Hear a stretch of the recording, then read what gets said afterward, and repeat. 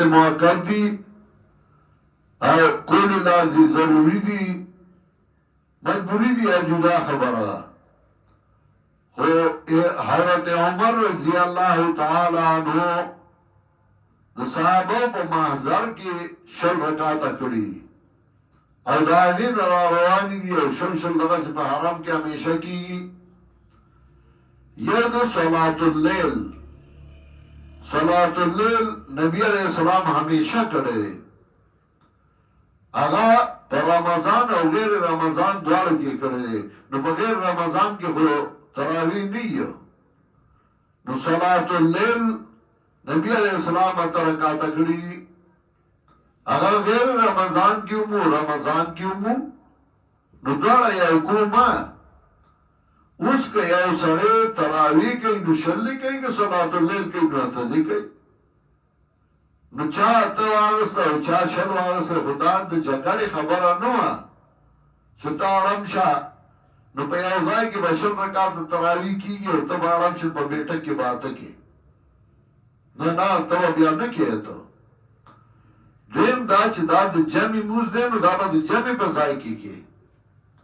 دا نه چې ته په هر یو بیټک کې اړم یا تراویح کوو ها ځای نی نو بیا خو مجبوري ده نو هر یو به ځان له مشروط شي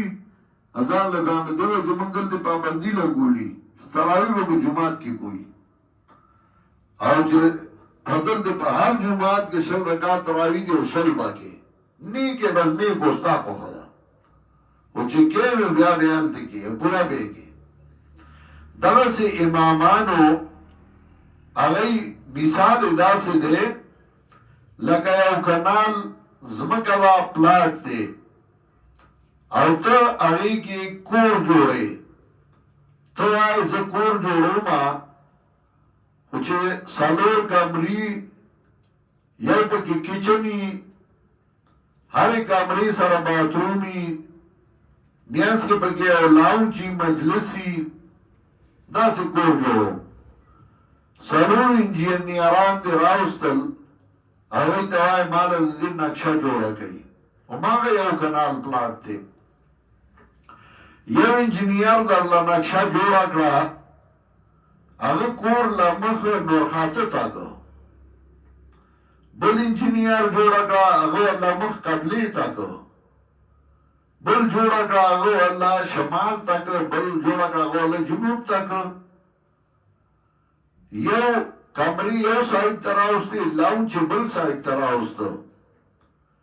بل لاؤنچ میانس کے راوستو چاپیره کمری راوستی خود کنال نوزی نا و دادای اختلاف نیشتے چکنی دائیو وی دا کور با یو کنال یا بلوی دو کنال بای و ماغا یو کنال کور دے آغا کمری دی آغا لاؤنچ دے آغا بیڈروم دی آغا نقشہ کے حسن پیدا شو یو وی داخستا دا بل وی داخستا دا بل وی داخستا دا بل وی داخستا دا نو پا دی که خو اختلاف نده دا اماو چکنی اختلاف راگی و مقابله رالا و دا یو چه دا یو امام تقلید دیو کم نو بیا پا یو مسئلہ کی دا بل نکی ذکر بیا تا دین دا خواهش تابع کو نو ته خپل خواهش په دې چې کوم ځای ستا مرضی دی نو هغه به منې کوم ځای ستا مرضی نه تا خو بیا دین د خواهش تابع کو ځکه وایي چې د یو امام مقلد یې نو بیا به د هغه په اصولو باندې رواني د هغه خبره به بیا منې په ټولو مسایلو کې او امامان دا نه چې هغوی د ځان نه خبرې کوي تشریح کړې ده نو د هغه زمانې چې هغوی صحابو ته نږدې وو بلکہ صحابہ لیدلی دی امام ابو حنیفہ رحمت اللہ علیہ الفرس کے ابن ندیم ذکر کری دی چه صحابہ سرم ملاو شوئے دی نو چه تابعین دی تو تابعینو ندے اور نبی علیہ السلام خیر القرون قرنی اللذی بوستو فیم ثم اللذین یلونهم ثم اللذین یلونهم نو داغن نمانی تشریح اور دو سوار لسمی صدای دی ملا تشریح منی چی امی او توای یره دا مس داسی او داسی او داسی نو دو دی صدای دی ملا منی او داغی نو منی دستا عقل دور در کے سوچ نشتے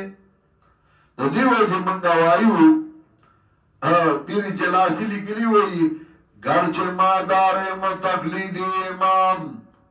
قولو باشد مدلل بردوام زکر امام تقلید کو ما داغت قول مدللی ہمیشہ نے آیت باشد دلیل شیعہ خبر یا بنی اردو کیا سستے پسار داغت دلیل یا آیتی یا خبری یا بدی دور قیاسی